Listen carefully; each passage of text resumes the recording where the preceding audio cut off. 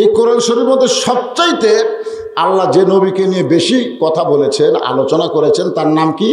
মুসা কালিমুল্লাহ। মুসা কালিমুল্লাহ মাঝে মধ্যে তুর পর্বতে যাইতেন। তুর পর্বত, ওইখানে গেলে আল্লাহর সঙ্গে তার ডাইরেক্ট কথা হতো। আল্লাহর হাবিব বলেন, মুসা নবী তুর পর্বতে গেলে আল্লাহ যেমন খুশি হয়, আমার উম্মতেরা দৈনিক 5 বার যখন মসজিদে যাবে, এর চাইতে আল্লাহ আমার উম্মতের প্রতি বেশি খুশি হবে। মুসা নবীর চাইতেও আল্লাহ আমাদের প্রতি বেশি খুশি হবে, এ কথা রাসূল বলেছেন। দৈনিক কয়বার দেওয়া লাগবে? 5 বার দৈনিক। একবার যায় যদি শুয়ে পড়েন, না শুয়ে পড়ছে যে ভাই আমি ঘুম পারবো, উঠবো, নামাজ পড়বো, শোকবো, আবার ঘুম পারবো, উঠবো, নামাজ পড়বো, এইরকম যদি শুয়ে পড়ে, সে সম্পর্কে আল্লাহ বলেছেন, ফাইজা কুদিয়াতিস সালাতি ফান্তাশিরু ফিল আরদ। মসজিদে গিয়ে ঘুম পাওয়া যাবে না, মসজিদে গিয়ে আড্ডা গুলি মারা যাবে না। জোহরের নামাজ শেষ হয়ে গেল, সবাই মুসল্লি বাড়িতে আইছে, কিন্তু ওরা 3 জন মুসল্লি 4টা ফ্যান দিয়ে গল্প করতেছে। 3 মুসল্লি ফ্যান দিতে কয়টা? 4টা ফ্যান দিয়ে গল্প করতেছে।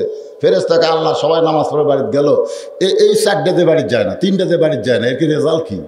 আল্লাহ বলতেছে এর কি রেজাল্ট হলো, নামাজের পরে যতক্ষণ এদের মাথায় ফ্যান ঘুরিছে, এই ফ্যানের বিল এই 3টা শয়তান আলাদাভাবে না দেওয়া পর্যন্ত এরা জান্নাতে যাওয়ার পারবি না। কারণ মসজিদের বাপের ঘর না, ইচ্ছা মতো ফ্যান ঘুরে ভিতরে। কথা কর না কেন? কথা বলে হ্যাঁ রে, মসজিদে শুয়ে পড়ছি রে বাবা রে, এটাই চালো মসজিদ গরমের দিনে আরাম করতেছে।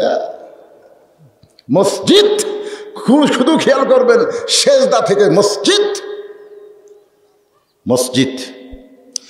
এখন আসেন, আল্লাহ বলে হাবিব, ওই মুসা নবী তুর পর্বতের কিনারায় গিয়ে দাঁড়িয়ে আছেন। কিছু সময় পরে আল্লাহ ডাক দেয়, বলে মুসা কতক্ষণ হলে দাঁড়িয়ে আছো? মুসা বলতেছে, আল্লাহ আপনার জন্যে আমি দাঁড়িয়ে আছি, এখানে সময়ের খেয়াল করা যাবে না, কারণ দাঁড়ায় আছে কার জন্যে? আরো জোরে করুন। আমরা মসজিদে গিয়ে যখন দাঁড়াই তখন কার জন্যে? সবাই বলতেছেন না। মসজিদে গিয়ে যখন দাঁড়ায় কার জন্যে? নামাজের ভিতরে বাহিরে কয় ফরজ? 13 ফরজ। তার মধ্যে একটা ফরজ হলো দাঁড়িয়ে নামাজ পড়া। যারা মসজিদের মধ্যে চেয়ার লিয়া যায় আর চেয়ার ঢুকবার জন্য যারা কিছুই কয় না, এই 2 দলক আল্লাহ পাইকারি হারে বানবি।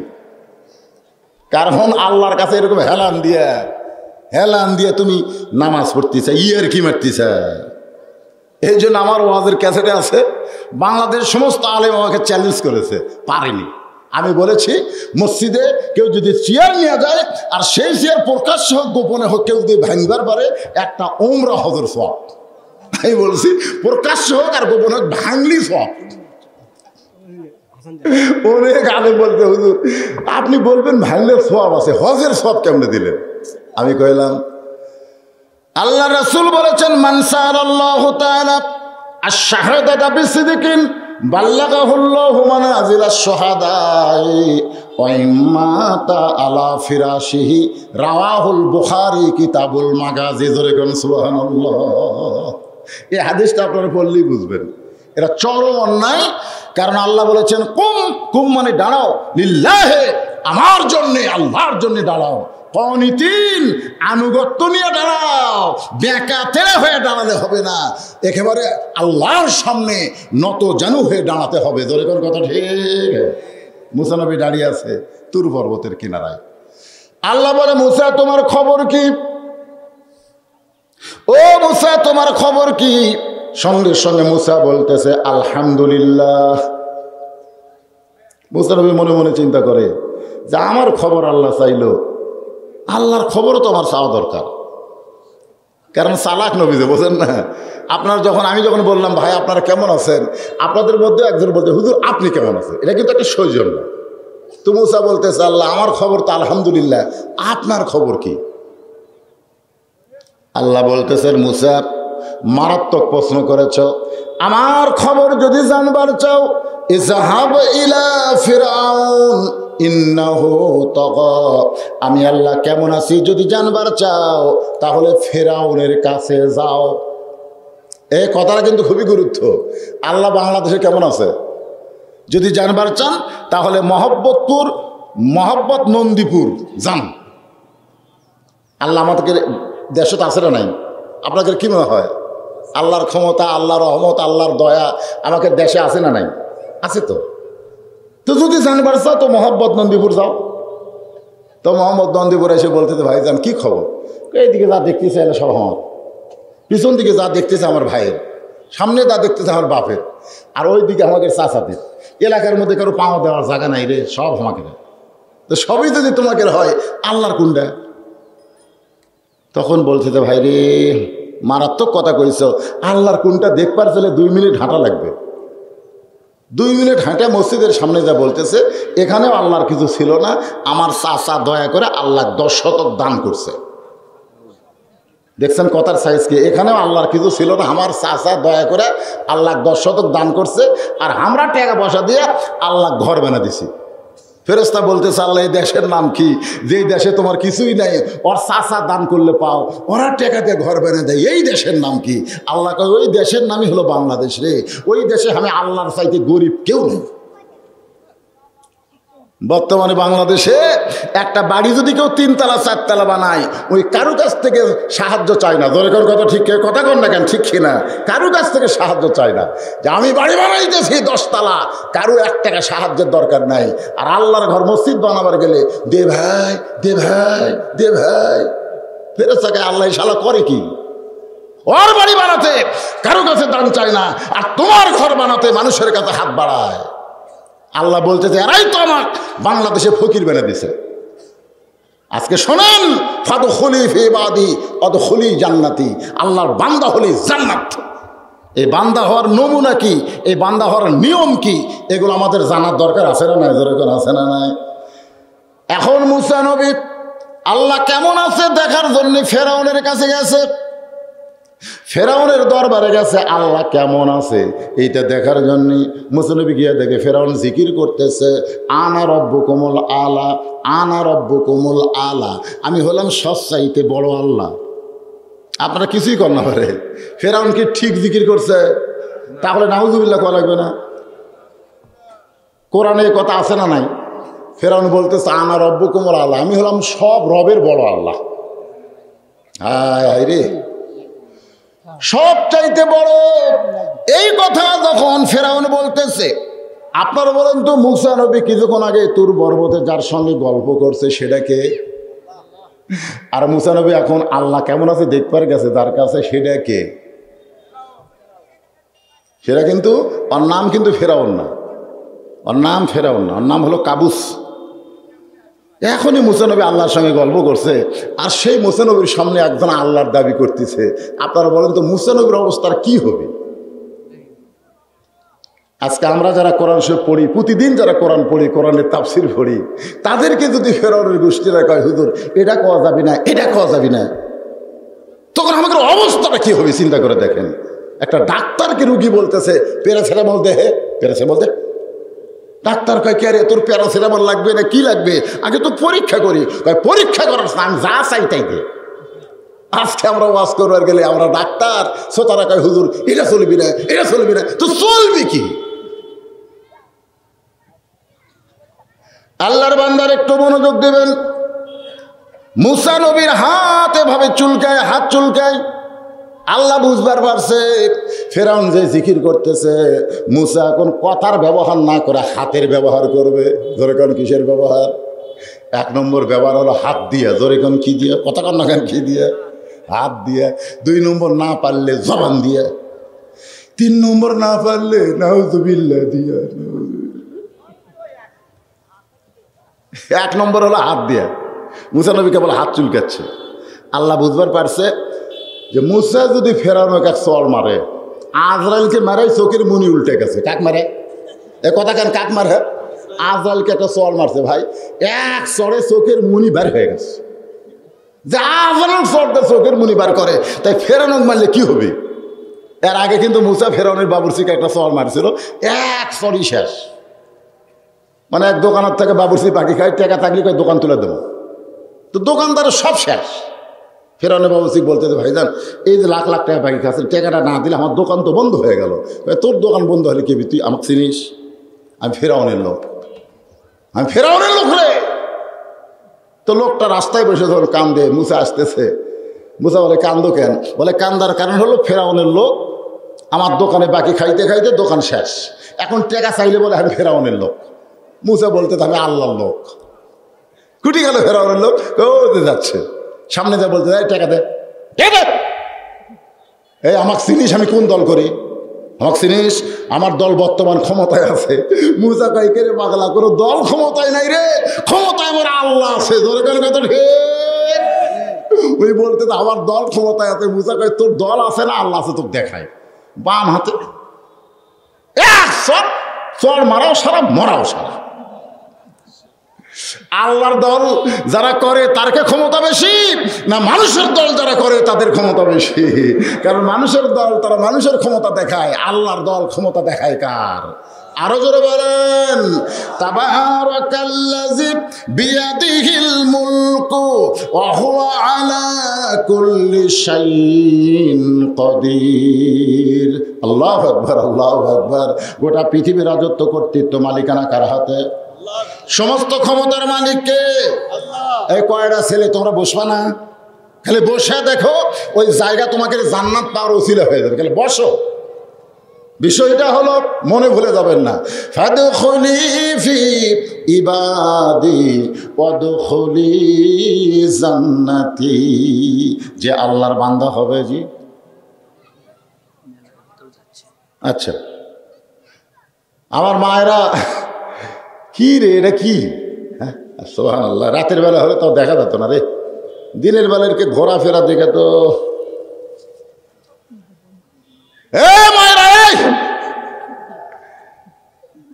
মন যদি চায় কোরআনের মাহফিলে পর্দায় বসো, আর না চাইলে ঘোরাফেরা করো না। কারণ তোমাদের নেত্রীকে সাইদাতুন নিসায়ে আহলুল জান্নাহ, সাইদাতুন নিসায়ে আহলুল জান্নাহ ফাতেমাতুজ জোহরা। দরকার সুবহানাল্লাহ। আমার মায়েরা বোনেরা শোনেন, আল্লাহ নবী মেয়েদের মাত্র 4টি আমলের কথা বললেন। 1 নম্বর হলো নামাজ, 2 নম্বর রমজান মাস রোজা, 3 নম্বর স্বামীর কথা মতো চলা, স্বামীর এতাআত করা, স্বামীকে খুশি করা, 4 নম্বর হলো সতীত্বের হেফাজত, পর্দা করা। ফাতেমা গিয়ে নবীকে বললেন, বাবা এই 4টি আমলের মধ্যে সবচাইতে গুরুত্বপূর্ণ আমল কোনটা? আল্লাহ রাসূল বললেন 24 ঘন্টার মধ্যে 5 ঘন্টা নামাজ পড়লে নামাজের হক আদায় হবে, বছরে 1 মাস রোজা রাখলে রোজার হক আদায় হবে। স্বামী যখন কাছে থাকবে তখন স্বামীর খেদমত করবে। নবী বললেন, ফাতেমা সতীত্বের হেফাজত, পর্দা করা এর কোনো সময় নাই মা, এটা 24 ঘন্টায় তোমার জন্য ফরজ। কয় ঘন্টা? 24 ঘন্টায় ফরজ। সঙ্গে সঙ্গে ফাতেমা নবীর সামনে এভাবে মাথায় ঘন্টা দিয়ে বললেন, বাবা আজকে আপনার সামনে আমি ওয়াদা করলাম, অন্য 3টা আমল কেমন করব জানি না, কিন্তু এখন থেকে পর্দার ভিতরে ঢুকে গেলাম। রাসূল বলে, ফাতেমা মেয়েরা যদি পর্দার ভিতরে ঢুকে যায়, বাকি 3টা আমল করা আল্লাহ তার জন্য সহজ করে দেয়। সরলা কর না জ্ঞান। মেয়েরা যদি পর্দার মধ্যে ঢুকে যায়, বাকি 3টা আমল নামাজ রোজা স্বামীর খেদমত, এই 3টা আমল তার জন্য সহজ করে দেয়। সঙ্গে সঙ্গে ফাতেমা নবীর কাছে ওয়াদা করে পর্দায় ঢুকে গেলেন। এমন পর্দার সিনারি ছিলেন। একদিন গভীর রাত্রে স্বামীকে বুকের মধ্যে নিয়ে ফাতেমা কাঁদতেছেন। আলী বলেন, বিবি গো কি হয়েছে তোমার, কি জন্যে কান্দো? ফাতেমা বলে, স্বামী সবসময় পর্দার ভিতরে থাকার কারণে পর্দাকে আমার এতই মহব্বত হয়েছে, আমি আল্লাহকে বলেছি, আল্লাহ এই ফাতেমার মৃত্যুটা তুমি পর্দার ভিতরে দিও। আমার দোয়া আল্লাহ কবুল করেছে, আর কবুল করার কারণে আজকে গভীর রাত্রে পর্দায় আমার মৃত্যু হবে। যেই মাত্র কইছে গভীর রাত্রে পর্দায় আমার মৃত্যু হবে, গাছের গোড়া কাটলে গাছটা যেমন ঠাস করে পড়ে যায়, তেমনি পড়ে গেলেন হযরত আলী ঘরের মাজায়। ফাতেমা আস্তে করে স্বামীর মাথাটা উড়াতে নিয়ে কপালে একটা চুমু দিয়ে বললেন, স্বামী গো এমন করে আপনি কাঁদবেন না, কারণ আসলে যাইতে হবে, এই কথাটা প্রত্যেকটা মানুষের মনে রাখতে হবে। এমন করে আপনি কাঁদবেন না, এই দুনিয়াতে আসলে যে যাওয়া লাগবে এই কথা সত্য না মিথ্যা? ফাতেমা বলে, স্বামী আমি মরে যাওয়ার পর আমার 3টা চাওয়া আপনি পুরা করবেন। আলী কান্দার বলে, দুনিয়ার জীবনে কষ্ট পাবে বলে কিছুই চাইলা না, আমি কষ্ট পাবো বলে তুমি কিছুই চাইলা না, মরে যাওয়ার পরে তুমি কি চাইবা? 1 নম্বর চাওয়া হলো রাতের অন্ধকারে আমাকে দাফন করা লাগবে, আমি রাতের বেলা মরবো আর দিনের বেলা আমাকে কবর দিবেন, সেটা চলবে না, রাতের অন্ধকারে আমাকে দাফন করা লাগবে। আমার 2 নম্বর চাওয়া হলো আমার কোনো জানাজার ব্যবস্থা করবেন না। আলী বলে, ফাতেমা তুমি নবীর কলিজার টুকরা, তোমার মৃত্যুর খবর শুনলে লক্ষ মানুষ তোমার জানাজায় দোয়া করবে, তুমি কি এত বড় দোয়ার মাহফিল চাও না? ফাতেমা বলে, স্বামী লক্ষ লক্ষ মানুষ যদি বলে ফাতেমা ভালো, আপনি খেয়াল করে দেখবেন আল্লাহ কিন্তু লক্ষ লক্ষ মানুষের মুখের দিকে তাকাবে না, আল্লাহ তাকায় থাকবে আপনার দিকে, আপনি কি বলেন? যদি লক্ষ লক্ষ মানুষ দোয়া করে ফাতেমা ভালো আর আপনি যদি বলেন ফাতেমা খারাপ, এই ফাতেমা কোনোদিন জান্নাতে যাবার পারবে না। আর দুনিয়ার তামাম মানুষ যদি বলে ফাতেমা ভালো, ফাতেমা ফাতেমা খারাপ, আর আপনি যদি বলেন আমার ফাতেমা ভালো, আল্লাহ তাআলা আপনার মুখের ভালো কথা শুনে ফাতেমার জন্য 8টা জান্নাতের দরজা খুলে দিল।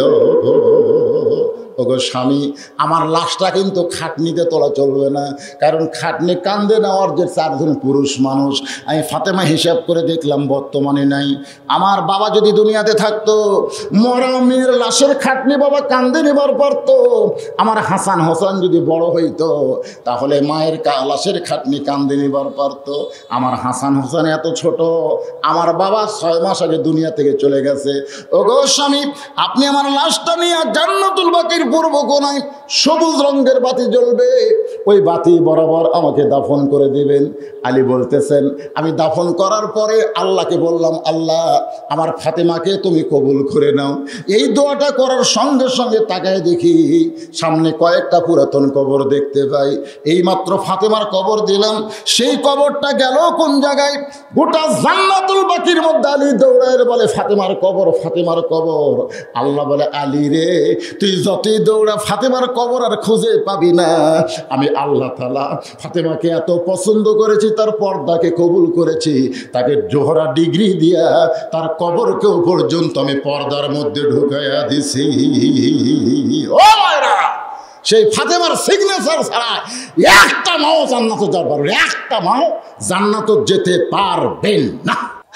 সরকার বলেছে 23 সাল হলো দুর্ভিক্ষের বছর, আর আমরা আলেমেরা বলছি 23 সাল দুর্ভিক্ষের বছর না, 23 সাল হবে পরিবর্তনের বছর। খালি লেখা রাখেন, লেখা রাখেন, বুঝতে পারেন আপনারা? গোটা বাংলাদেশ ঘুরতেছি আপনাদের দোয়ায়, পৃথিবীর বহু রাষ্ট্রে ঘুরি, দেখতেছি তো, দেখতেছি না? এবং আল্লাহ বলেছেন, ইত্তাকু ফিরাসাতাল মুমিনিনা ফাইন্নাহু ইয়ানজুরু বিনুরিল্লাহ। খালি 2 চোখ দিয়ে দেখিস না, একটু অন্তরের চোখ দিয়ে তাকায় দেখ। এই যুবকের একদিন ইসলামী আন্দোলনের কর্মী হয়ে যাবে ইনশাআল্লাহ, ইনশাআল্লাহ। এই যুবক শুধু কিনটাস মোবাইল নিয়ে ঘুরবে আর ফ্রি ফায়ার পাবজি গেম খেলবে না, না, এই যুবকদেরকে আর ছাড় দেওয়া যায় না। এদের কোরআনের শিকল দিয়া কোরআনের মাহফিলে শুধু নয়, কোরআনের আন্দোলনের সৈনিক বানাতে হবে। ধরে কোন কথা নেই? হ্যাঁ, ঘুরিস না বাদান, বস বস ঘরে। কি আজকের বিষয়? ফাদখুলি ফি ইবাদি ওয়াদখুলি জান্নাতি। আমার ভাইজান বলতেছিল, ভাই না বাপজান, কি বাপজান না ভাইজান, বাপজান বলতেছিল মেয়েরা ঘোরাঘুরি করতেছে, এক ওয়াদে ঘোরা বন্ধ। মাশাআল্লাহ, সুবহানাল্লাহ, আলহামদুলিল্লাহ। আমার মায়েরা, এই বুঝতেছেন না, আমার বাংলা ভাষা বুঝতেছেন না, এইবার যদি কেউ বার হন, তারপরে আসলে সময় কম, ওয়াজ করা লাগবে একটা বিষয়ের উপরে। বিষয়টা হলো ফাদখুলি ফি ইবাদি ওয়াদখুলি জান্নাতি। আল্লাহ জিবরাইল খাড়া করে থাকছে, জুম্মার দিনে সবাই সর্বপ্রথম যে ঢুকবে তাকে জিজ্ঞেস করলেই বুঝবে এত বড় জান্নাত আমার বান্দারা কেমনে দেখবে। মনে আছে না, ভুলে গেছেন? আমি জিবরাইল খাড়া করে থুতে পারে, বেলাল আজান দিচ্ছে, এখন ঢুকবি কে? এটা শোনা লাগবে না? ওটাই তো বান্দারে, যাই প্রথম ঢুকবি ওটাই বান্দা, আর শেষে যাই ঢুকবি ওই কি? হ্যাঁ, সব আলোচনার মধ্যে বুঝা হবে ইনশাআল্লাহ। এখন মুসা নবী হাত চুলকাই, ধরে কোন কি চুলকাই? আল্লাহ বুঝবার পারছে, মুসা মারবি, হাত দিয়ে আগে মারবি, এখন আল্লাহর সঙ্গে কথা কয়ে আসলাম, আর তুই আবার বলতেছিস আনা রব্বুকুমুল আলা। তাই তো বলতেছে আমি আল্লাহ কেমন আছি যদি জানবার চাও ফেরাউনের কাছে যাও, এই জন্যই তো আল্লাহ কইছে। সঙ্গে সঙ্গে আল্লাহ বললেন উদউ ইলা সাবিলি রাব্বিকা বিল হিকমাহ মাউইজাতিল হাসানা। আল্লাহ বলে মুসা হাত চুলকে লাভ নাই, হাত চুলকে লাভ নাই। আমি আল্লাহ কেমন আছি এটা তোকে জানার জন্য দেখবার করছি। তুই দেখবার যে হাত চুলকাস কেন? ফেরাউনকে সাইজ করতে গেলে ডাইরেক্ট সাইজ করা যাবে না, হিকমত অবলম্বন করা লাগবে। উদউ ইলা সাবিলি রাব্বিকা বিল হিকমাহ। আমি যে আল্লাহ তোরে জ্ঞান দিয়েছি এই জ্ঞান খাটা, আগে হাত কেন, আগে জ্ঞান। প্রতিদিন বলতেছে সব মসজিদে যাই, কই তুই নামাজ পড়াও তো আমি না পড়াও তাই, তুই কেমন ভালো। লোকটা দেখতেছে এক নামাজের কথা বলে যে গরম হয়। কি করি কি করি কি করি, আপনাকে এলাকায় সবচাইতে বড় হাটের নাম কি? দাড়ি দেওয়া হাট। দাড়ি দেওয়া হাটে 3:30টার সময় আর হাত ধরছে।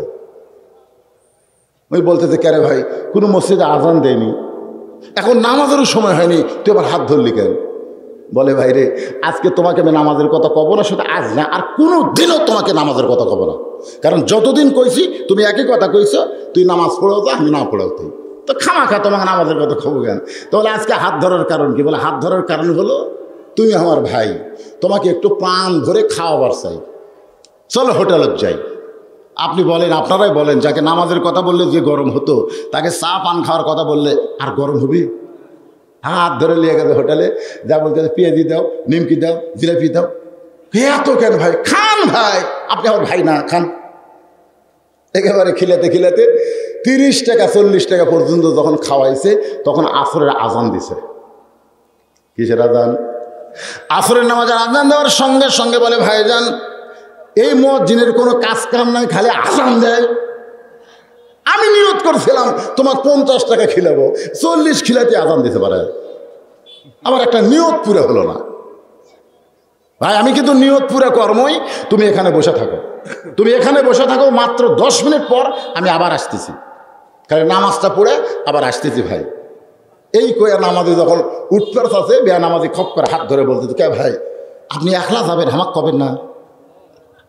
তখন বলতেছে না ভাই আর আগে বহুদিন আপনাকে কইছি, কয়ে তো লাভ হয়। আরে মিয়া খালি খালি কইছো মিয়া, আজকে আমার পিছনে 30 টাকা খরচ করছো, আরো 20 টাকা করবে। তুমি কি মনে করছো আল্লাহর জন্য না হোক তোমার জন্য এক ওয়াক্ত নামাজ পড়তে পারবো না? তুমি কি মনে করছো আমার বিবেক নাই? সুবহানাল্লাহ। তখন মনে মনে করছে আল্লাহ ডাইরেক্ট কয়ে কাম হয়নি, এবার হেকমতে মায়ের হচ্ছে, তোর এখন কিসের মায়ের হেকমতের? তো বলে ভাইজান তাহলে চলো মসজিদে যাই।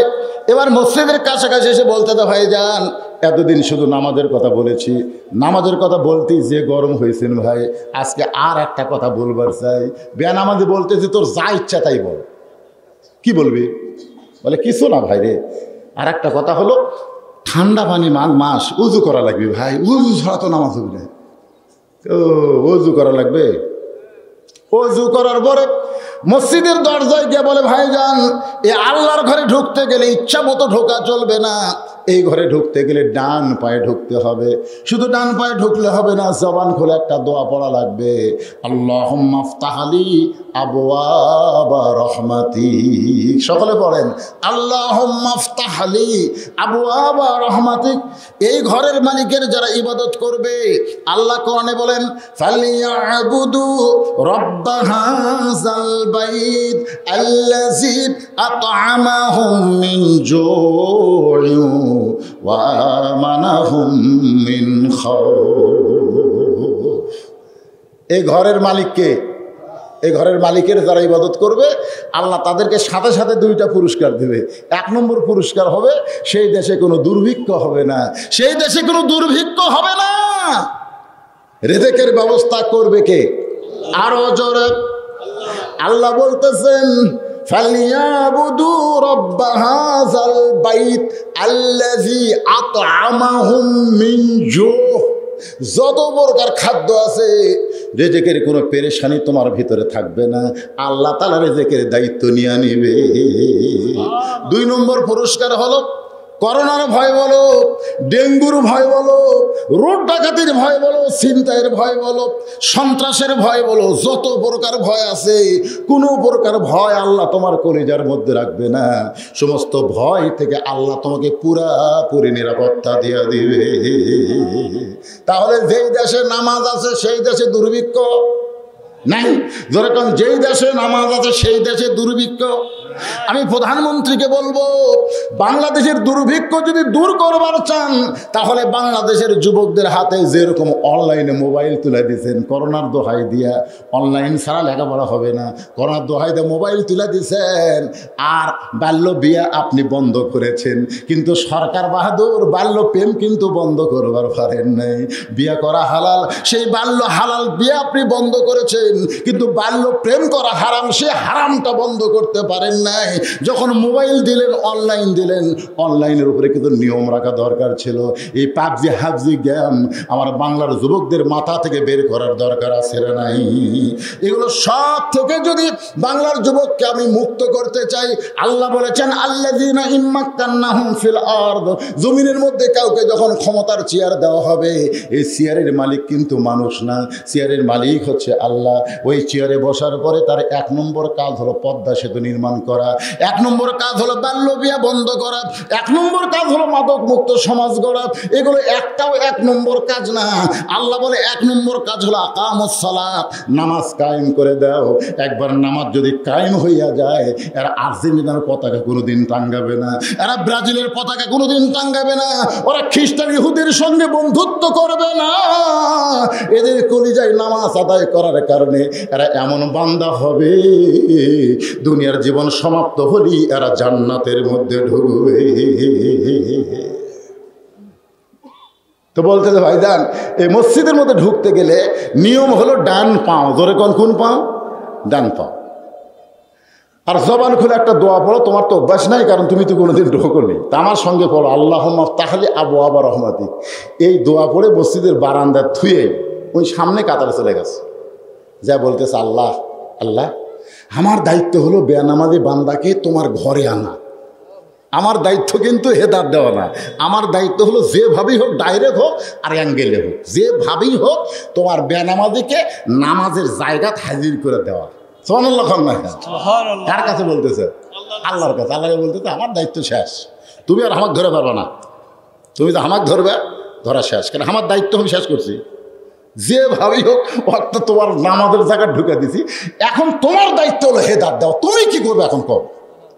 এমন ভাবে আল্লাহর কাছে চোখের পানি ফেলায়। আল্লাহ কয় ওমান আহসানু কওলাম মিম্মান দাআ ইলাল্লাহ ওয়া আমিলা সলিহান। আলহামদুলিল্লাহ, যে কয়জন আছেন মাশাআল্লাহ, এরা সামিয়ানা তদ্দুর করছে, তদ্দুর পর্যন্ত হসে হয়নি, কোন হয়েছে তো তাও বলবার পারবেন যে হুজুর আইছিল, লোকজন না হলো সামিয়ানা পুরো হসে। আলহামদুলিল্লাহ, আলহামদুলিল্লাহ, দরকার আলহামদুলিল্লাহ। আল্লাহর বান্দারা কি বলতেছিলাম, এবার দাওয়াতকারী আল্লাহর কাছে কাঁদতেছে, জোরে কোন কার কাছে? এখন হেদায়েতকারী কে? আর দাওয়াতকারী কে? আমরা মানুষ হলাম দাওয়াতকারী। আল্লাহ কোরআনে বলেছেন ওই ব্যক্তির চাইতে উত্তম কোনো ব্যক্তি নাই যে ব্যক্তি মানুষকে দাওয়াত দেয়, আল্লাহ রাস্তায় মানুষকে আহ্বান করে এবং নিজে নেক আমল করে, নিজে নামাজ পড়ে, নিজে মুসলমান হিসেবে পরিচয় দেয়, আল্লাহর কাছে কান্দে এখন হেদায়েত তুমি দাও। আসরের 4 রাকাত ফরজ নামাজ শেষ, সব মুসল্লি মসজিদ থেকে বের হয়, বলতেছে ভাইজান 20 টাকা বাকি আছে, 30 টাকা খেলেছি আর 20 টাকা বাকি, চলো যাই। ও খালি কান্দে, চলো যাই, খালি কান্দে। নামাজি বলতে যে ভাইজান কান্দো কেন? বলে নামাজে দাঁড়ানোর পর থেকেই আমার ভিতরে এমন একটা জজবা শুরু হয়েছে ভাই, যৌবনকালের ইবাদত কোথায় গেল? আমি নামাজ পড়িনি ভাইজান, নামাজের কথা বললে আমার এত রাগ হতো। আজকে নামাজে দাঁড়ানোর পরে কে যেন আমাকে বলতেছে, আসামি কাঠগড়ায় দাঁড়িয়ে গেছিস, তুই কি জানিস রে এই নামাজ তোর জীবনের শেষ নামাজ হবার পারে, এরপরে হয়তো আর কোনোদিন নামাজ পড়তে পারবে না। ভাই রে ভাই, জীবনে এত অন্যায় করেছি, আল্লাহ কি আমাকে মাপ দিবে? যতক্ষণ পর্যন্ত মাপ না হবে আল্লাহর ঘর থেকে, রহমতের জায়গা থেকে আমি কেমনে বের হই? এবার নামাজি কপালে চুমা দেওয়ালে ভাইজান, আমার দাওয়াত সাকসেস হয়েছে, আল্লাহ তোমার গলায় হেদায়েতের মালা পরায়া দিছে।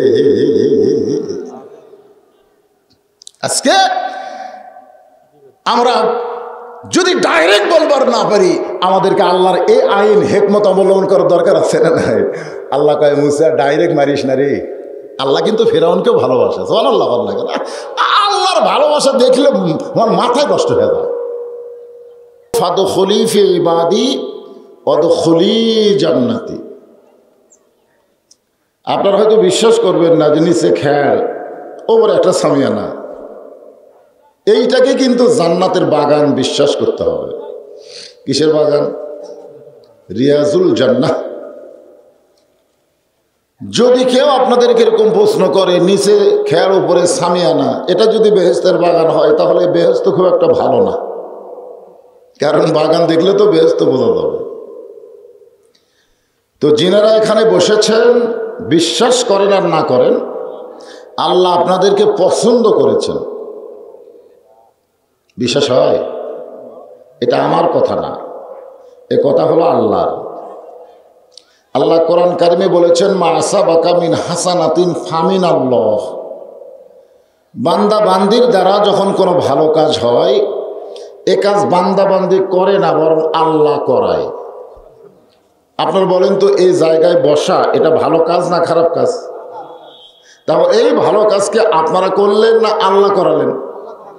তাহলে আপনাদের মতন মানুষকে আল্লাহ দুনিয়ার সব কাজ কাম থেকে পৃথক করে আজকের এই জান্নাতের বাগানে কবুল করেছেন বিধায় আমার বিশ্বাস আপনারা সকলে জান্নাতি। এটা আমার বিশ্বাস। এখন আপনাদের বিশ্বাস আপনাদের কাছে, আমার বিশ্বাসে আপনারা জান্নাতে খালি মরেননি বলে যাবার পরেননি, মরার সাথে সাথেই জান্নাতে যাবেন, এই বিশ্বাসটা আমার। অনুনাজ্জিলু মিনাল কুরআনি মা হুয়া শিফাউ ওয়া রাহমাতুল লিল মুমিনিন। আল্লাহ কোরআনকে নাজিল করেছে মুমিনদের যাবতীয় রোগের ঔষধ হিসাবে। সুবহানাল্লাহ বলেন। তাহলে আমাদের যুবকেরা যেভাবে নষ্ট হয়ে গেছে, বাংলাদেশে জন্মগ্রহণ করে আর্জেন্টিনাকে কোনোদিনও দেখেনি, আর্জেন্টিনাও বাংলাদেশকে দেখেনি, বাংলাদেশের খবর হয়তো জানি না, অথচ এরা পতাকা উড়ায়, জোরে কোন কথা ঠিক কিনা? এমন নষ্ট হয়ে গেছে। কত সুন্দর কথা আল্লাহ বলেছেন যে আমার বান্দা হলো, সে যেন তখনই জান্নাতে প্রবেশ করলো। কি বুঝতেছেন? ফাদখুলি ফি ইবাদি, আল্লাহর বান্দার মধ্যে হয়ে গেল শামিল। ওয়াদখুলি জান্নাতি, সঙ্গে সঙ্গে আল্লাহ তার জন্য জান্নাতের দরজা খুলে দিল। জোরে করে সুবহানাল্লাহ। তাহলে এখন আমাদেরকে কি হওয়া লাগবে? বান্দা হওয়া লাগবে। জোরে কোন কি হওয়া লাগবে? বান্দা হওয়া লাগবে। এই বান্দার সম্পর্কে আল্লাহ বলেছেন, ওয়ামা খালাকতুল জিন্না ওয়াল ইনসা ইল্লা লিয়াবুদুন। আমার বান্দা হতে পারে দুই দল। দুই দল আল্লাহর বান্দা হওয়ার সুযোগ আছে। একটা হলো জিন আর একটা হলো ইনসান। একটা হলো জিন আর একটা হলো মানুষ। একবার ফেরেশতা জিবরাইল বলেছিলেন, আল্লাহ এত সুন্দর জান্নাত বানাইছেন, এই জান্নাতকে একটাবার দেখা যাবে না? একটাবার আমি জিবরাইলকে দেখবার চাই। আল্লাহ বললেন, ঠিক আছে, তোর দরখাস্ত মঞ্জুর। ফেরেশতা জিবরাইল বলতেছে, আল্লাহ জান্নাত দেখতে চাওয়ার সঙ্গে সঙ্গে আপনি দরখাস্ত মঞ্জুর করলেন, চাইলেই পেয়ে গেলাম। আল্লাহ কা জিবরাইল, তুমি যদি বলতে জান্নাতে থাকতে চাই, তাহলে তোমার দরখাস্ত মঞ্জুর হতো না, কারণ দেখতে চাইছো, দেখার সুযোগ হবে, কিন্তু থাকার জায়গা তোমার জান্নাতে হবে না। একটা ফেরেশতাও জান্নাত পাবে না। জান্নাত পাবে শুধু দুই দল, একটা হলো জিন আর একটা হলো মানুষ। জোরে কোন সুবহানাল্লাহ। ফেরেশতা জিবরাইল বলে, আল্লাহ জান্নাত দেখার যখন সুযোগ পাইলাম, তাহলে আমি একটু জান্নাত দেখবার চাই। আল্লাহ বলেন, তোমার দরখাস্ত মঞ্জুর করলাম। ফেরেশতা কিন্তু আমাদের মতন হেঁটে হেঁটে জান্নাত দেখবে না। আল্লাহ ফেরেশতা জিবরাইলকে 600 পাখা দিয়েছে। ধরে কোন কয়শো? বুঝলেন? একদিন নবী বললেন, জিবরাইল, লৌহে মাহফুজ থেকে আল্লাহর কোরআনের আয়াত নিয়ে আমি নবীর কাছে আসতে তোমার কত সময় লাগে? আপনি বলেন তো, কোথায় লৌহে মাহফুজ আর কোথায় হলো দুনিয়া? এই দুনিয়াতে আসতে কত সময় লাগে?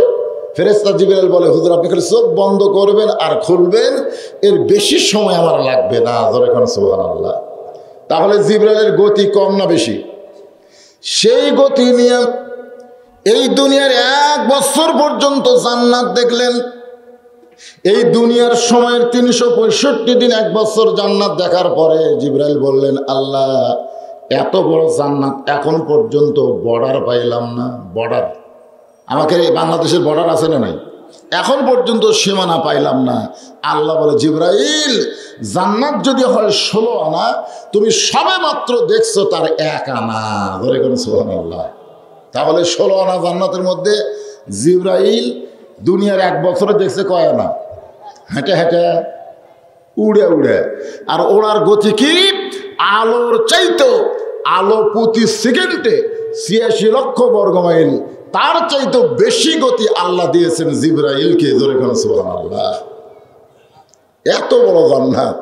ফেরেশতা জিবরাইলকে, আল্লাহ এত বড় জান্নাত, এত বড় জান্নাত আপনি বানাইছেন, যাদের জন্য আমার মনে হয় তারা কোনোদিন জান্নাত দেখে শেষ করতে পারবে না। আল্লাহ বলে, জিবরাইল আমার বান্দাকে জানো তুমি, কিন্তু চিনো না। ফাদখুলি ফি ইবাদি ওয়াদখুলি জান্নাতি। আল্লাহ ফেরেশতা জিবরাইলকে কি বলতেছে? আমার বান্দাকে তুমি জানো, জানা, কিন্তু চিনো না। আপনারা বলেন তো, জানা আর চিনা এই দুটো কি এক? দুটো কিন্তু এক না। জানা আপনি জানতে পারেন, আপনি জানতে পারেন, কিন্তু আপনি চিনতে পারবেন না। এই যে কোরআন শরীফ যে পৃথিবীর শ্রেষ্ঠ কিতাব, আপনারা কি জানেন না? জানেন কি জানেন না? কিন্তু এই কোরআন কি আপনারা চেনেন? কবে চেনা যাবে? এই কোরআন শরীফ বাংলার মানুষ কবে চিনবে? যেদিন কোরআন অনুযায়ী আমাদের বাংলাদেশ চলবে। এখন বাংলাদেশ চলতেছে কি কোরআন দিয়া না শয়তান দিয়া? হায় হায় রে, শয়তান গোটা বাংলাদেশ দখল করে ফেলেছে। ভালো মানুষগুলো সব গোপন হয়ে গেছে, আর যারা ভালো মানুষ আছে এরা কথা কয় না। জবান খুললে জেলে যাওয়ার ভয় কলিজার মধ্যে। জোরে কোন ঠিক কিনা? মানুষগুলো এমন অবস্থা, রাজশাহী 3 তারিখে মহাসমাবেশ হবে, 1 তারিখ থেকে গাড়ি ঘোড়া বন্ধ করে দিছে, মহাসমাবেশ করতে দিবে না। 10 তারিখে ঢাকায় আছে, এখন থেকে চলতেছে ওটা বানচাল করা একটা ষড়যন্ত্র। এই বাংলাদেশ সেই দেশে আমাদের জন্ম, যেই দেশে 30 তারিখের ভোট 29 তারিখ রাতে হয়। জোরে কোন কথা ঠিক কিনা? সেই দেশে আমরা জন্ম নিয়ে আমরা কোন অবস্থায় আছি ভাইজান? ফাদখুলি ফি ইবাদি ওয়াদখুলি জান্নাতের ভিতর দিয়ে আপনারা বুঝতে পারবেন। আল্লাহ বললেন, জিবরাইল এত বড় জান্নাত আমার বান্দার জন্য আমি খামাকা তৈরি করি নাই। আমার বান্দা তুমি জানো, কিন্তু আমার বান্দাকে চিনো না। দুনিয়ার 1 বছরে তুমি দেখলা মাত্র কয় আনা? 1 আনা। আমার বান্দারা এত বড় জান্নাত দেখতে পারবে কেন? যদি জানবার চাও, যদি জানবার চাও, ইজানু দিয়ালিস সালাতি মিন ইয়াউমিল জুমআ ফাসআউ ইলা যিকরিল্লাহ। আগামী জুমার দিন, কথাটা খেয়াল করে শুনবেন, আগামী জুমার দিনে মুয়াজ্জিন যখন আজান দিবে, এই আজান দেওয়ার সঙ্গে সঙ্গে যে মুসল্লি মসজিদের মধ্যে ঢুকবে তাকে জিজ্ঞাসা করলেই জানতে পারবে এত বড় জান্নাত আমার বান্দারা কেমনে দেখবে। ধরে কোন সুবহানাল্লাহ। আপনারা বলেন তো, এই আয়াতের মধ্যে কি বলা হয়েছে? আজান দেওয়ার সাথে সাথে না আজান দেওয়ার পরে পরে? অনেক পরে নাকি? আপনাকে এলাকাতে আমি দেখলাম, আজকে আপনাকে এলাকাতে আমি জুম্মা নামাজ পড়ছি, দেখলাম ভাই আসে শেষে যায় আগে। এদের সংখ্যাই বেশি, সবার শেষে আসবে আবার সবার আগে যাবে। আপনার বলেন তো, এদের সংখ্যা কম না বেশি? হ্যাঁ, এদের সংখ্যাই বেশি। অথচ আল্লাহ বলেছেন আজান দেওয়ার সঙ্গে সঙ্গে মসজিদ আসতে হবে। এরা আজান দেওয়ার সাথে সাথে আসে না। আজান দিলে কয় গোসল করা লাগবে, আজান দিলে কয় রে আর জুমার দিন রে, এখন মনেই নেই রে, হায় হায়, একেবারে সবার শেষে আসলো, বেচার শেষে আসলি একটু আফসোস কর, একটু তওবা কর যে আমি আল্লাহর কোরআনের আয়াতের সঙ্গে গাদ্দারি করেছি, আল্লাহর হুকুমের সঙ্গে গাদ্দারি করেছি, আমি পরে আইলাম একটু সবার শেষে বার হবে। না না না না, ওই পরে এসে আবার আগে বার হবে। এই প্রতিযোগিতা আছে না, নাই যেরকম আছে না, এই প্রতিযোগিতা এরা বেশিরভাগ যুবকেরাই করতেছে। আপনি যদি একটা যুবককে বলেন যে জুম্মার নামাজ সর্বসকলে কয় রাকাত, ওই জানি না, ওই খালি জানে 2 রাকাত, শেষে আসা আগে যায়। এরা কয় রাকাত? যেরকম কয় রাকাত? জুমার নামাজের কিছু নামাজ না পড়লে আপনার জুমার নামাজই হবে না। তার মধ্যে প্রথম 2 রাকাত হলো দুখুলুল মসজিদ। আপনি যে মসজিদের মধ্যে ঢুকেছেন, ঢোকার সঙ্গে সঙ্গে আপনাকে 2 রাকাত নামাজ পড়তেই হবে। যেরকম কথা ঠিক। আজকে অনেক যুবকের এটা জানে না। একটু মনোযোগ দিয়ে শোনেন। আল্লাহ বলেন, জিবরাইল, আর জুমার দিনে আজান দেওয়ার সঙ্গে সঙ্গে যেই মুসল্লি মসজিদের মধ্যে পা দিবে তাকে জিজ্ঞাসা করলেই জানতে পারবে এত বড় জান্নাত আমার বান্দারা কেমনে দেখবে।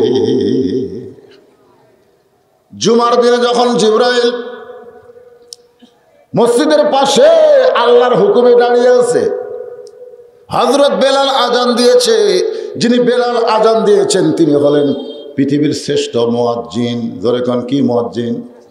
এখনকার মুয়াজ্জিনের আজান শুনে কত মুসল্লির কানের মধ্যে ঢোকে, আর বেশি কিছু হয় না। কিন্তু হযরত বেলাল যখন আজান দেয়, ওই আজান শুধু মুসল্লির কানে না, ওই আজান আল্লাহর আরশ পর্যন্ত পৌঁছে যায়। সুবহানাল্লাহ। একবার রাসূল বললেন, সাহাবীরা, মুয়াজ্জিনের ফজিলত তোমরা জানো? সাহাবীরা বললেন, হুজুর আপনি যদি বলেন তাহলে আমরা শুনি। রাসূল বললেন, হাসরের ময়দানে আমার মাথার চাইতেও মুয়াজ্জিনের মাথা উপরে যাবে। মানে আমি নবীজি দাঁড়িয়ে থাকবো, আমার পাশে যদি কোনো মুয়াজ্জিন থাকে, মনে করো বেলাল, এই বেলালের মাথা আমার মাথার চাইতেও উপরে থাকবে। শুধু মাথা থাকবে না, মাথাতে আল্লাহ একটা নূরের টুপি পরায় দেবে, যে টুপির আলো দুনিয়ার পূর্ণিমার চাঁদের চাইতেও বেশি হবে। জোরে কোন সুবহানাল্লাহ। সব সাহাবী দাঁড়িয়ে বলে, ইয়া রাসূলুল্লাহ, তাহলে আমরা সকলেই মুয়াজ্জিন হবার চাই। আল্লাহ বলেন, এত সোজা না, মুয়াজ্জিন সিলেক্টেড হয় আল্লাহর পক্ষ থেকে। জোরে কোন সুবহানাল্লাহ। আপনি চাইলেই মুয়াজ্জিন হতে পারবেন না। আজকে আপনাদের মসজিদের যারা মুয়াজ্জিন, তারা কিন্তু আল্লাহর পক্ষ থেকে সিলেক্টেড ভাইজান। কারণ দুনিয়ার সমস্ত নামাজের আজান আপনি ঘড়ি থেকে দিতে পারেন, কিন্তু ফজরের নামাজের আজানে আপনাকে চেতন কে করে দেয়? এই মুয়াজ্জিন, আপনাকে চেতন কে করে দেয়? আপনি যে সবার চেতন করেন, আসসালাতু খায়রুম মিনান নাওম, ঘুম থেকে নামাজ অতি উত্তম।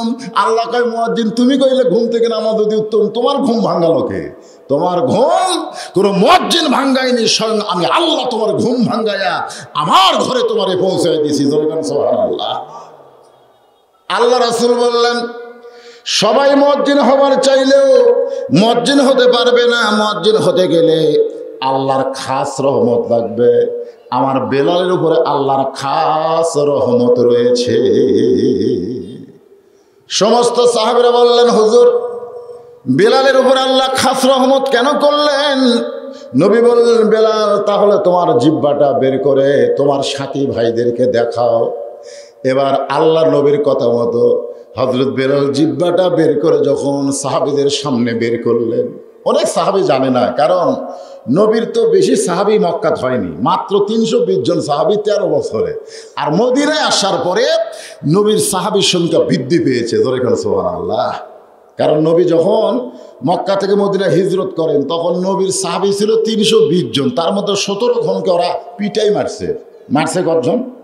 17 জনকে কাফেরেরা পিটা মারাই ফেলে দিচ্ছে। আর 8 বছর পরে নবী মক্কা বিজয় করলেন। নবীর সঙ্গে তখন ছিল 10,000 সাহাবী। তাহলে 13 বছরে কয়শো?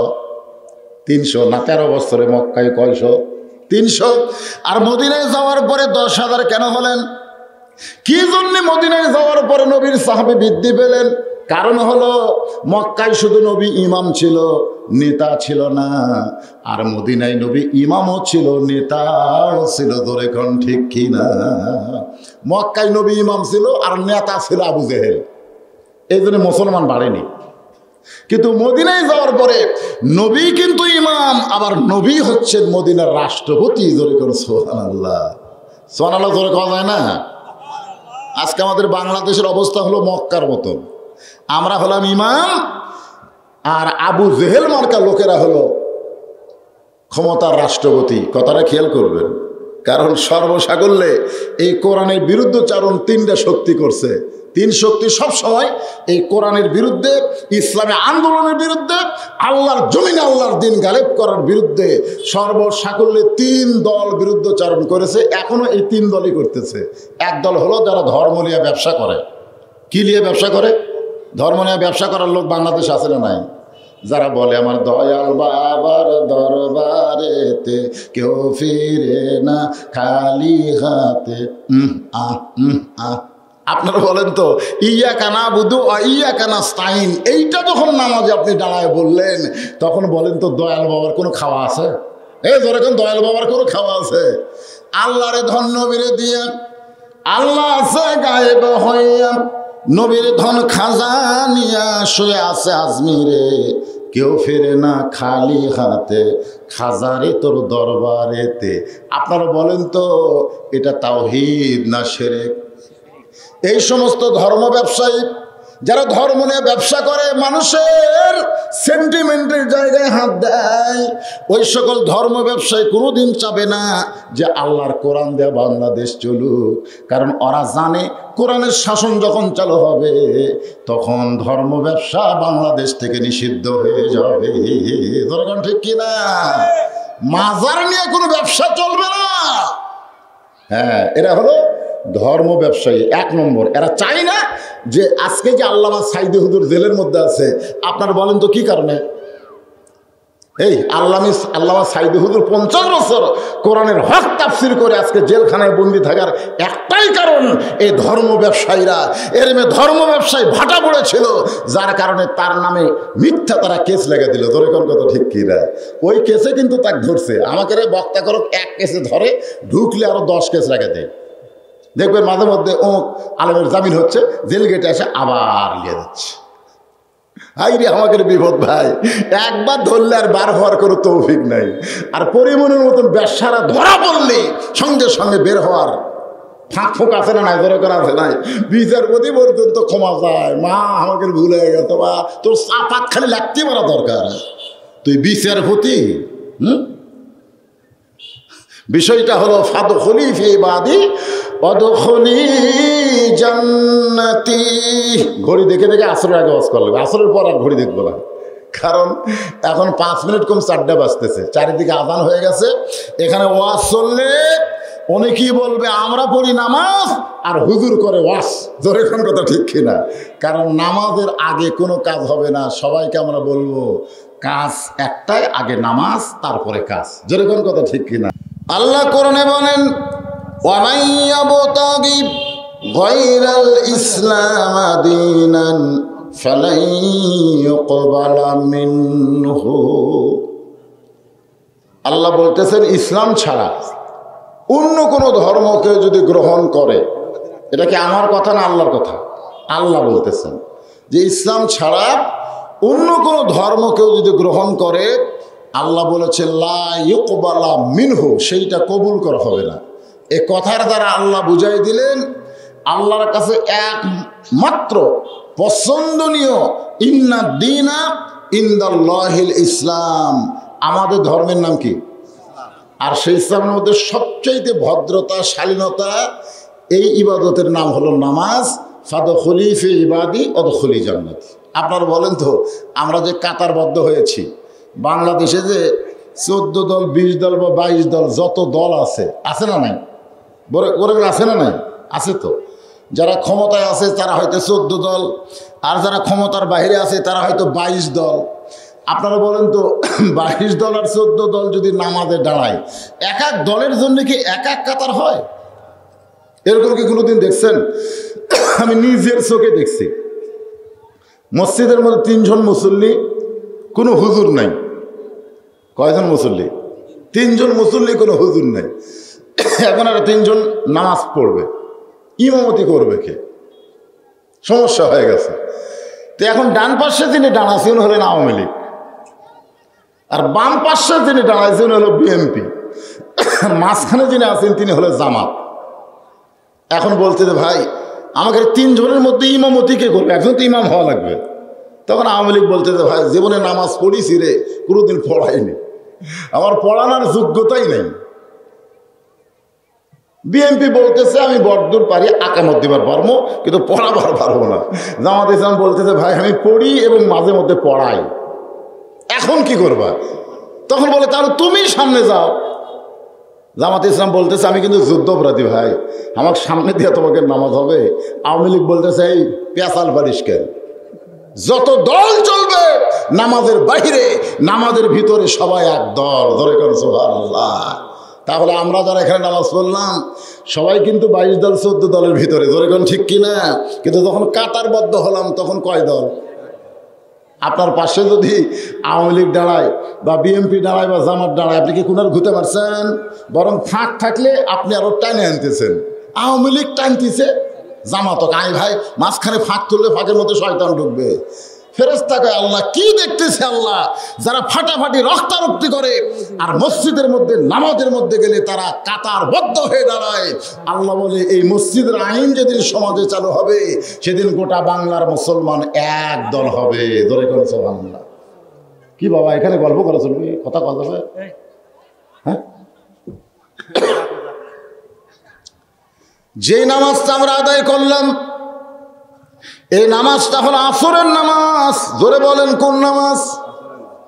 লাইলাতুল মিরাজে আল্লাহ যখন আসরের 4 রাকাত ফরজ নামাজ নবীকে দিচ্ছেন, আল্লাহ কিন্তু নবীকে শুধু ফরজ নামাজ দিয়েছেন 5 ওয়াক্ত মিলে হলো 17 রাকাত। জোরে বলেন কয় রাকাত?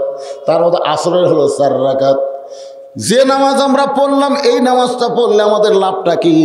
এটা কিন্তু নবী আল্লাহর কাছে জানতে চেয়েছে, ওগো নবী আমার উম্মতেরা আসরের 4 রাকাত ফরজ নামাজ যখন জামাতের সঙ্গে আদায় করবে আপনি আল্লাহ তাদের প্রতি কেমন খুশি হবেন? আল্লাহ বলে হাবিব আপনার উপর যেই কিতাব আমি নাজিল করেছি এই কিতাবের ভিতরে একটা নবীকে সবচাইতে বেশি আলোচনা করেছি, সেই নবীর নাম হলো মূসা কালিমুল্লাহ। আমরা যে নামাজ পড়লাম এই নামাজ পড়লে আমাকে লাভ কি হলো? একটা লাভ লস আছে না? নাই জোরে করা আছে না? সেটা বোঝানোর জন্য বলতেছি। কে রে আমরা এত যারা আমাকে 2 চোখে দেখবার পারে না, আমাকে দেখলে তারকে খালি কলজা চলে। আল্লাহ খালি 5টা মিনিট অক্সিজেন বন্ধ করে দিবি, যে 5 মিনিট অক্সিজেন তোদের জন্য বন্ধ, যারা আমার ইবাদত করিস না। 5 মিনিট কয় মিনিট আপনি বলেন তো? কটি মানুষ মরবি? 5 মিনিট নিঃশ্বাস আটকে কেউ বেঁচে থাকবি? হায় আমরা দেখ কলেমার দাওয়াত দেই, ওরা আমাকে মারে, আল্লাহ আমার উপর রেজেক্ট দেয়। আল্লাহর যে দয়া ভাই। আল্লাহ নবী এক সময় বললেন আল্লাহ 400 বার আবু জেহেলকে কলেমার দাওয়াত দিলাম, এরপরও আবু জেহেল নির্যাতন করে মারে, এর জন্য কি আছে?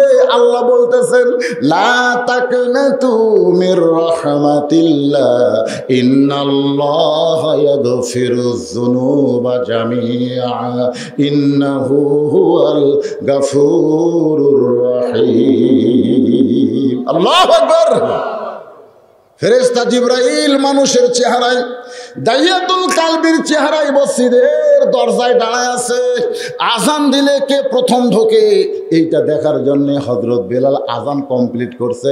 এইটা কিন্তু 5 ওয়াক্ত নামাজের আজান না, এইটা হলো জুমার নামাজের আজান। জোরে কোন নামাজের আজান? জুমার নামাজের আজান। এখন সর্বপ্রথম যে মুসল্লি ঢুকতেছে ওই মুসল্লি আর কেউ না, ওই মুসল্লি হলো নবীর মাদ্রাসার 1 নম্বর ছাত্র হযরতে আবু বকর সিদ্দিক।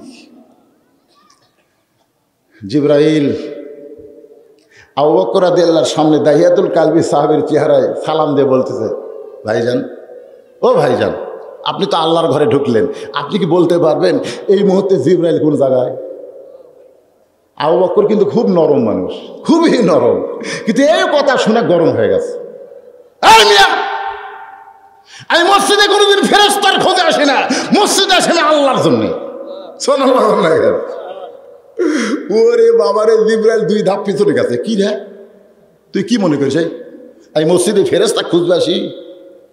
মসজিদ কি আনতা আবুদুল্লাহ কাআন্নাকা তারাহু ফাইন লাম তাকুন তারাহু ফাইন্নাহু ইয়ারাকা।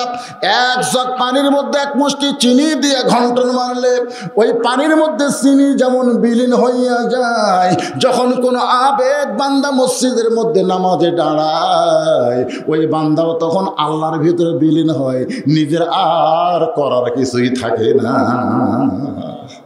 এখন শেষ কাতারে এক মুসল্লি তাড়াতাড়ি এসে মসজিদের নামাজে খাড়া হয়েছে, মোবাইল বন্ধ করেনি। কি বন্ধ করেনি? তো এখন কে যেন কল দিছে আর ওর রিংটন বাজতেছে। সামনে কাতারে আমার পাশে একজন এরকম হাত বেঁধে বলতেছে শালারে শালারে, মানে ওর মুখ ফসকা বের হয়ে গেছে রাগের ছোটে, বুঝলেন? নামাজ শেষ করলে বললাম কে ভাই শালারে শালারে কেন? বলে হুজুর খেলে হাতটা এরকম মান্দা না থাকলে ওর আমি চাপা ফাটাতাম। কিন্তু তুই আল্লাহর ঘরে ঢুকবো মোবাইল বন্ধ করে পারিস না? আমি বললাম তাহলে আপনি দাবার পারেননি কেন? বলে হাত বান্ধা আছে। আল্লাহকে এটাই তো আমি দেখতে পারছি, কেন হাত বান্ধে আর কোনো কাম চলবে না। আমি আল্লাহর ভিতরে তোর অস্তিত্ব বিলীন করে দেওয়া লাগবে। তোর কথা ঠিক? হ্যাঁ। তাহলে মসজিদে গেলে কার জন্যে? ফেরেশতার জন্য না আল্লাহর জন্যে?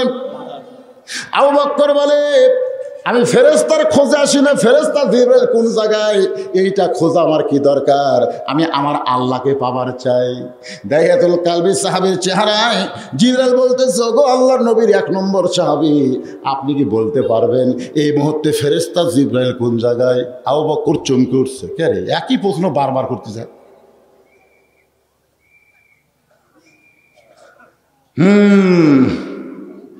আগে চোখ বন্ধ করছে,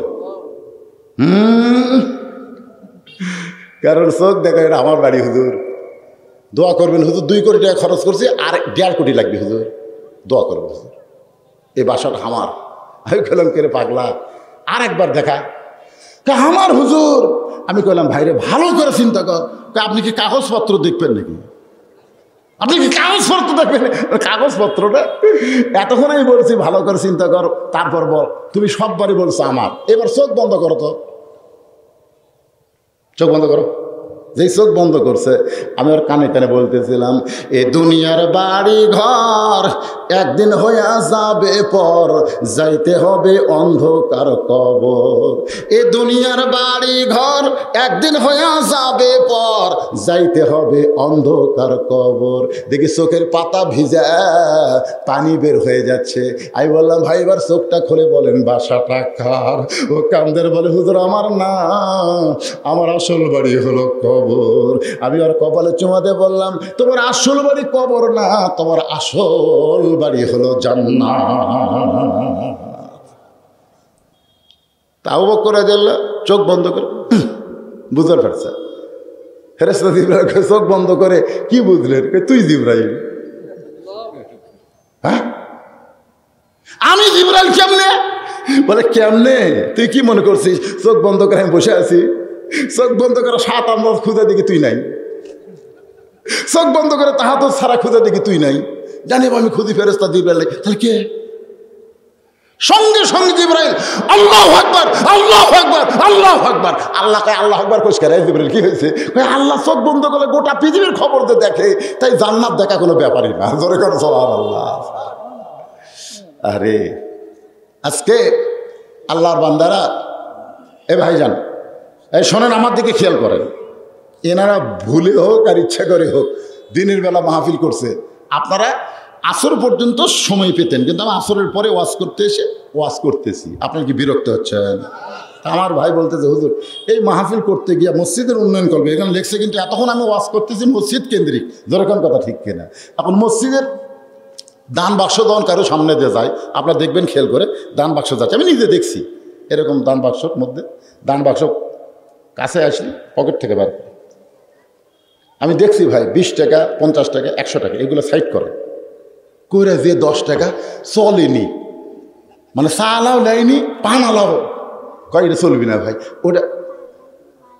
আরে দেখ আবার কেউ দান বাক্সে ধরে দেখবেন সমস্ত কাগজের টাকা বাদ দিয়ে কাঁচা টাকা, যেটা কাঁচা 5 টাকা এমনভাবে উপর থেকে মারে টখসকে শব্দ হয়, চারিদিকে তাকায় কেউ শুনলো কিনা।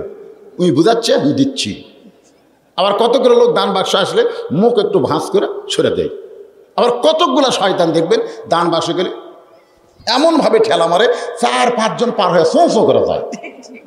তো ফেরেশতাকে আল্লাহ তোমার ঘরের দান করার ব্যাপারে তোমার বান্দাদের এরকম অবস্থা কেন? আল্লাহ বলতে যে ফেরেশতা আমি কোরআনে বলেছিলাম তানানুল বিররা হাত্তা তুনফিকু মিম্মা তুহিব্বুন। বান্দারে কাফনের কোনো পকেট নাই রে পাগল, কাফনের কোনো পকেট নাই। আমার ঘর বানাবি, আমি আল্লাহ তোদের জান্নাত বানিয়ে দেবো। সুবহানাল্লাহ।